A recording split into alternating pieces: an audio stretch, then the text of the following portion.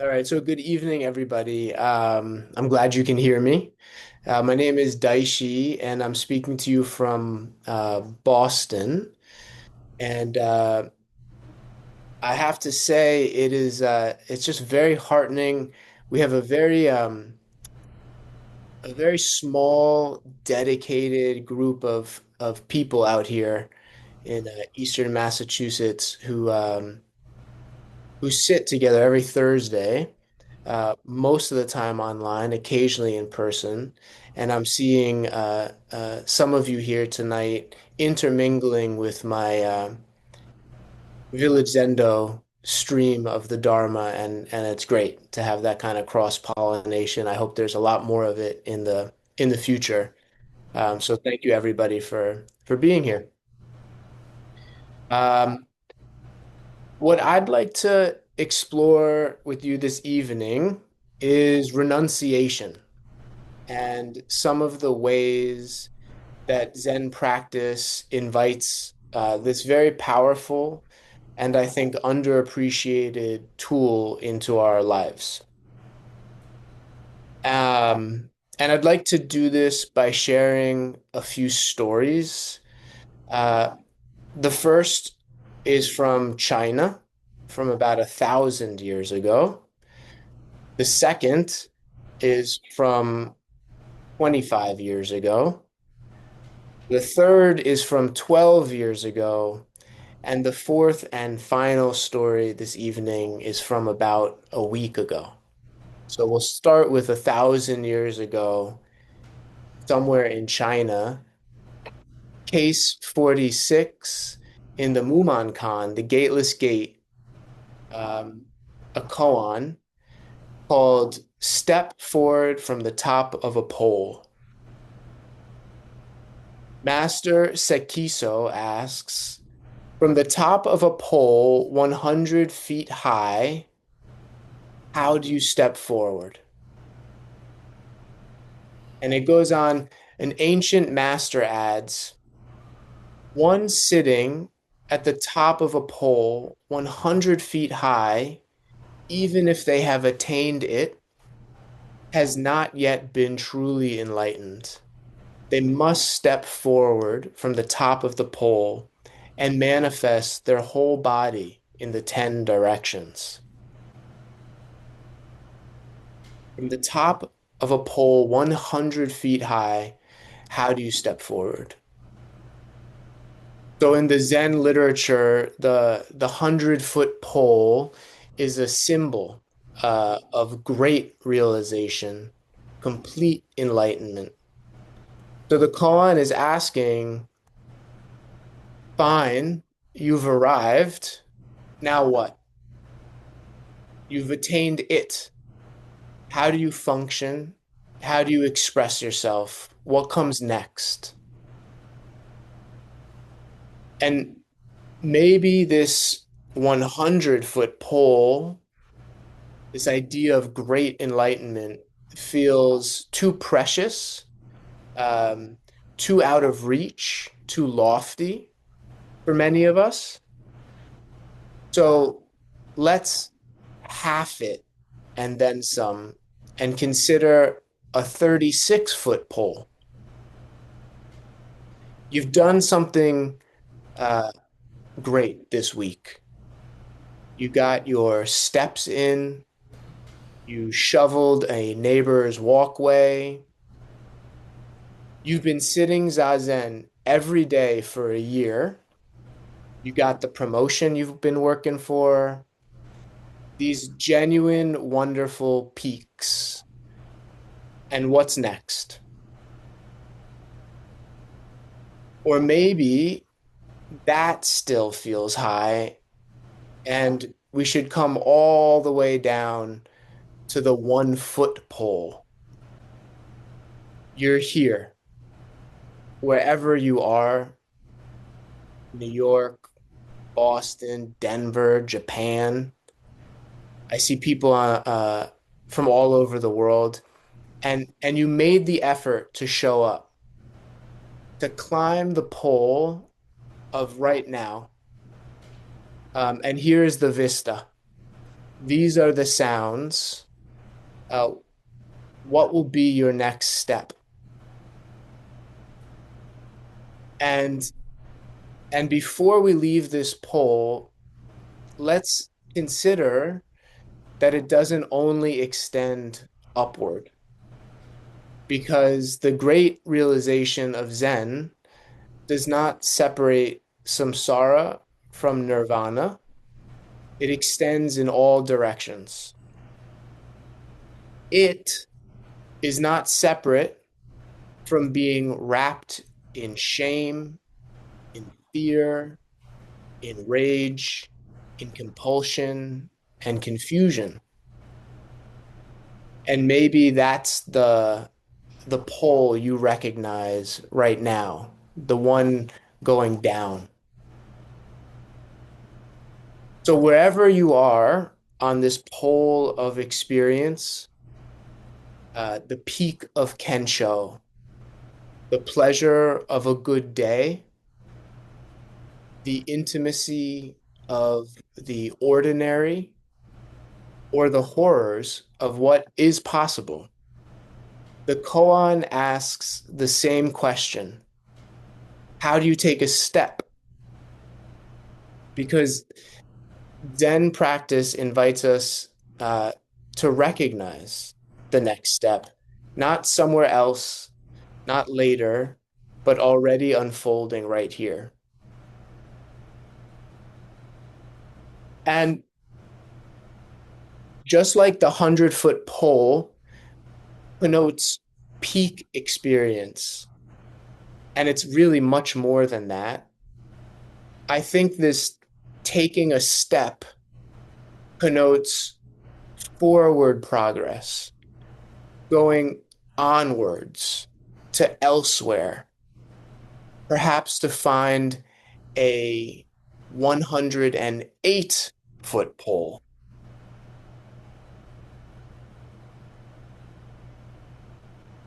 But this step, the Zen step, is much more than that. And Dogen Zenji writes in the Fukan Zazengi, the universal recommendations for zazen, he says, learn the backward step. Learn the backward step that turns your light inwardly to illuminate yourself. The backward step. I think that's what we practice every time we return to the breath in Zazen.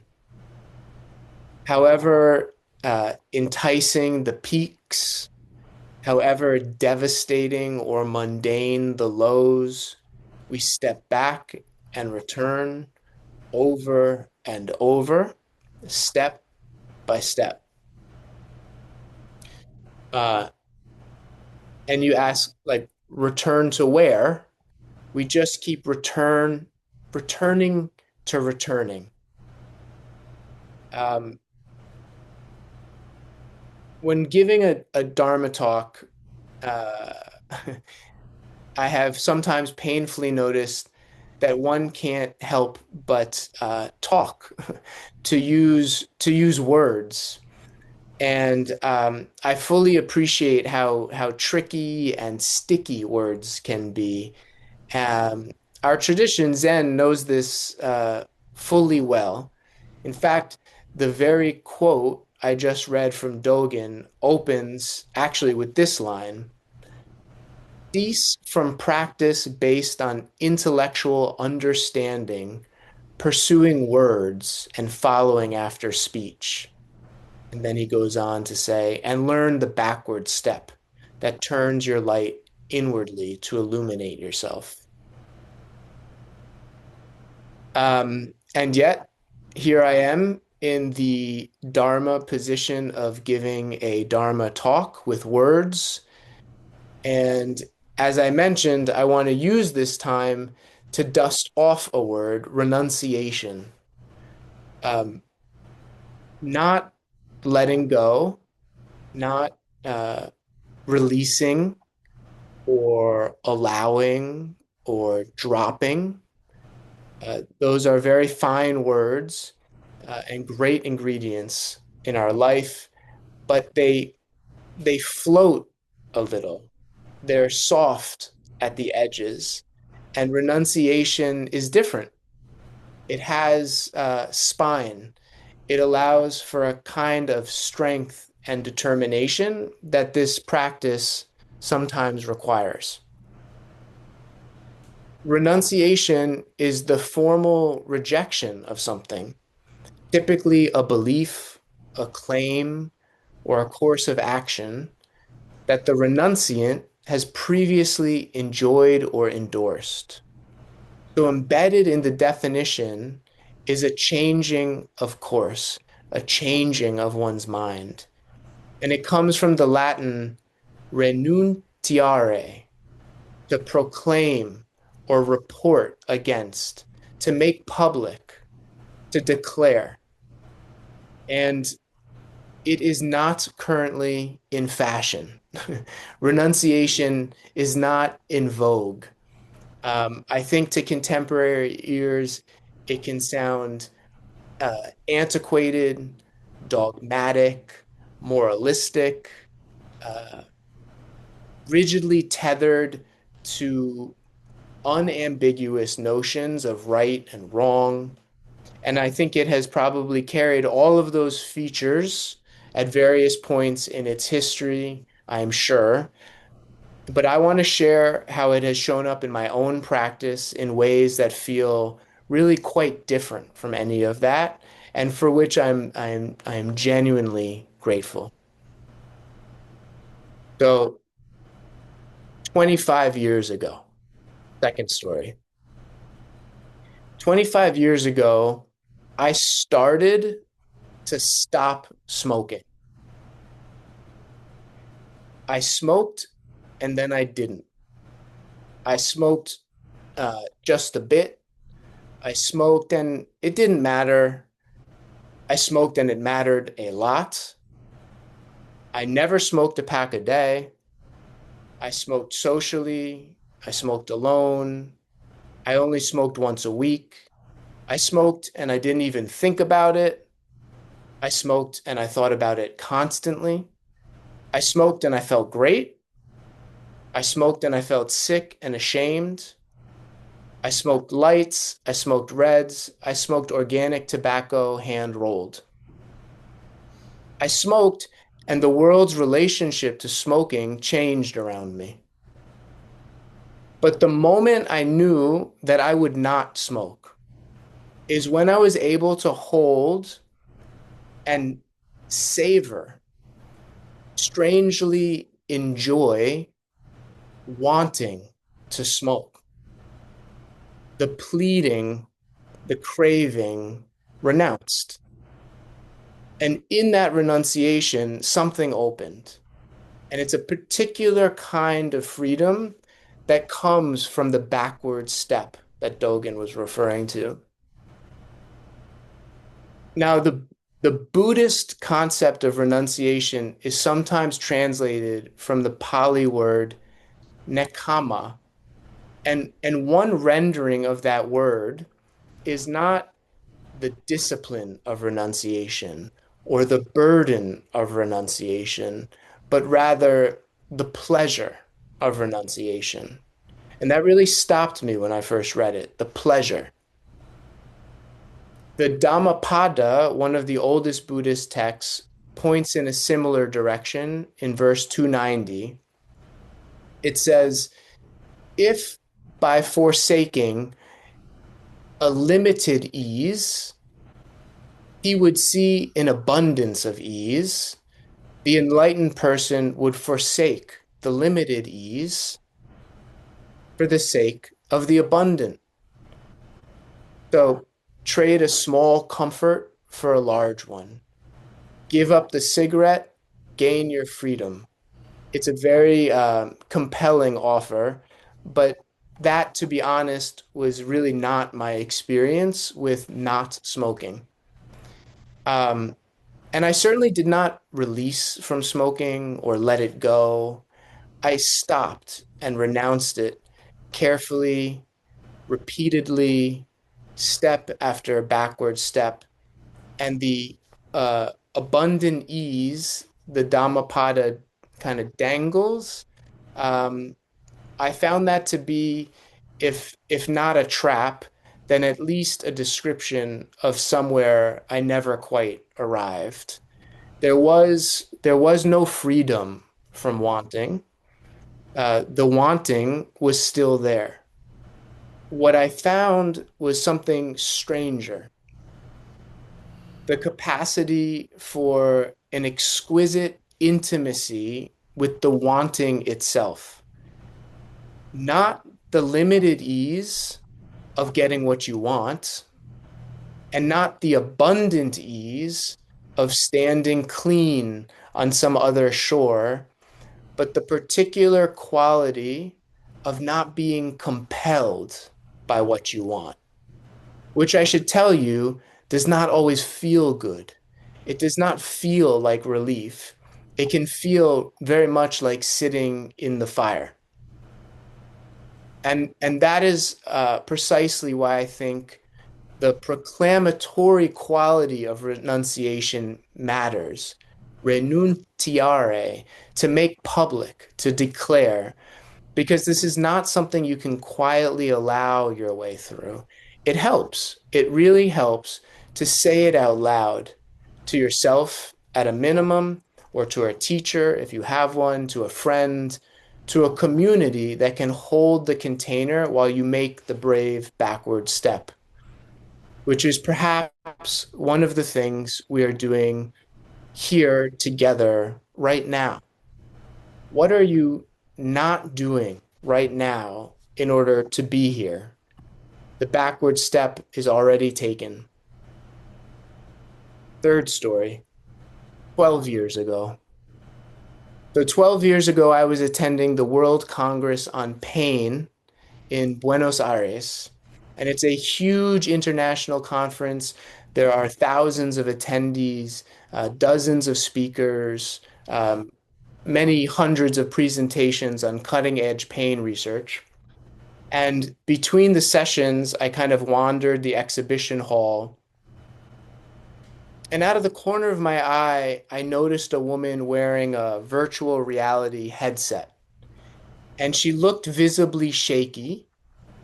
She was held up slightly by the people running the booth. And as I got closer, she peeled off the headset. She gave an uneasy smile and said, "That was intense," and walked away. And the company rep turned to me and said, "Would I like a try?" And he said that the environment that he'd built wasn't about pain specifically. It was meant to give potential clients a sense of what the technology could do. And keep in mind that this was over a decade ago. Um, so I put the headset on and I was in a green field. And he encouraged me just to stand there for a minute in this green field. And I did. And it felt quite normal. And he encouraged me to look around, so I did. There were trees, large meadow, blue skies, a couple clouds. And then he asked me to turn around. I did that kind of slowly. And there was a big skyscraper and an elevator on the outside of the skyscraper. And he asked me to step in to the elevator. So I did. And I stepped in the elevator and he asked me to turn back around to face outside this meadow. I was on the ground. And this fence came up, this guardrail came up and kind of surrounded me. And it had some fun haptics as the guardrail come up, it kind of shimmied a little bit. And he said, "Are you ready?" And I said, "I don't know." And the elevator started to go up and up and up over the trees. And I would look down and see the ground departing, but I was standing on the floor. And then I got, let's just call it for the sake of this Dharma, 100 stories up. And the gate kind of rattles and opens, a clunk. And now I'm standing at the edge of this elevator, looking out below, hundreds of feet below to a green meadow.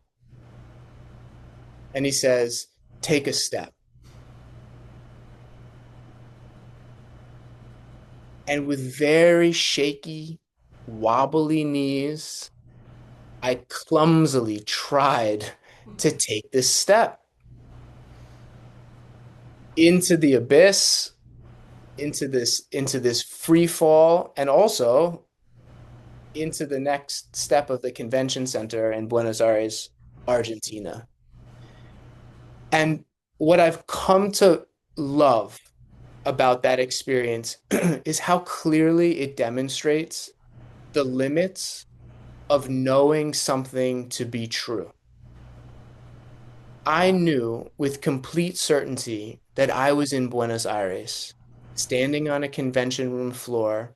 I knew it, and it made no difference whatsoever. Because of the particular sensory inputs I was receiving, I was not in Buenos Aires. I was not on solid ground. I was on a ledge, hundreds of feet up, and my body had no interest in my little wispy thoughts about that not being true.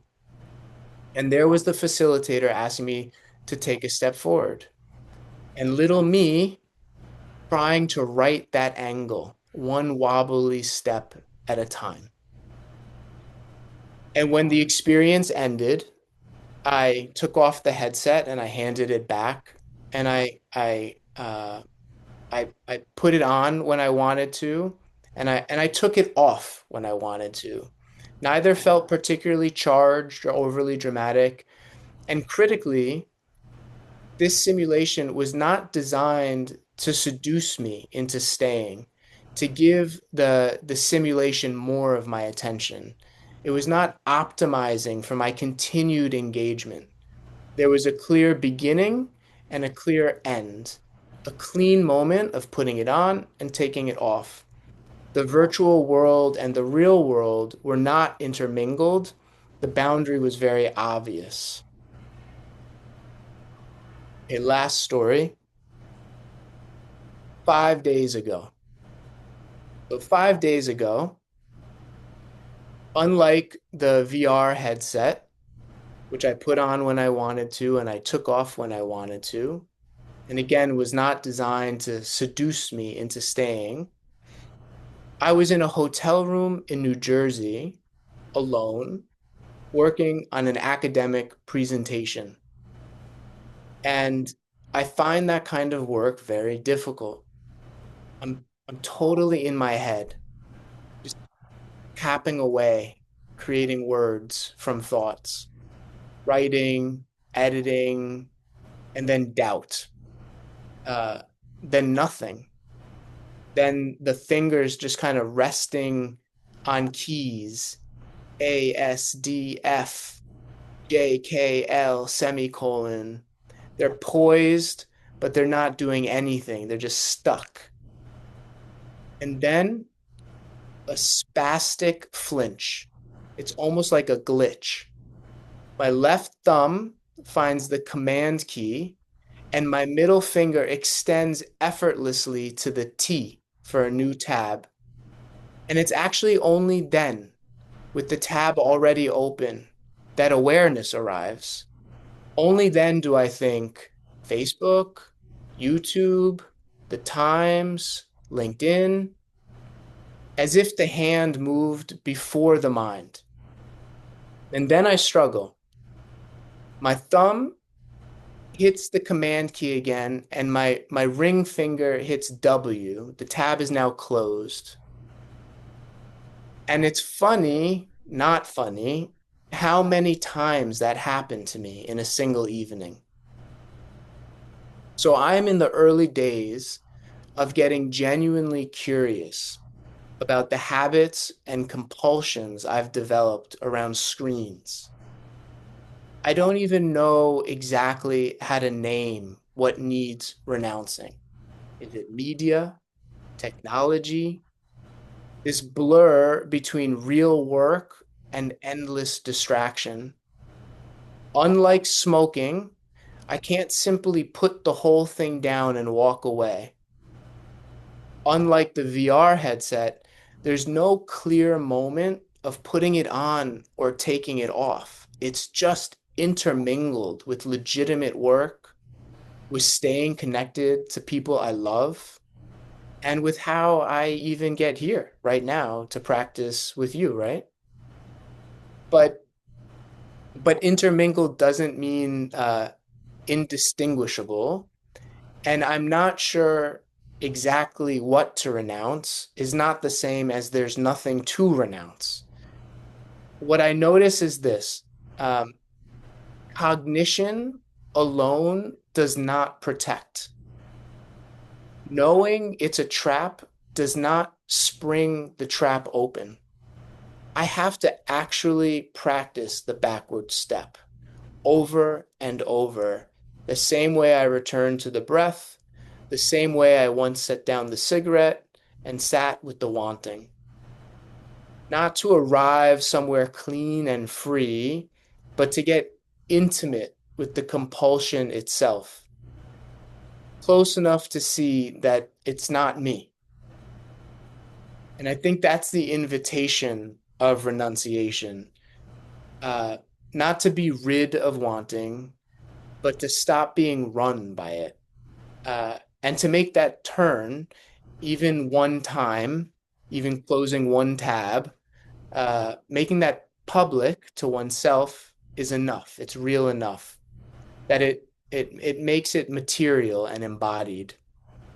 And I think that counts. I think that's a step backward into what is already here. So I'll close with this, a capping phrase. Delicious food for a full stomach. I savor the tear lodged in my throat like fine wine. So no thank you.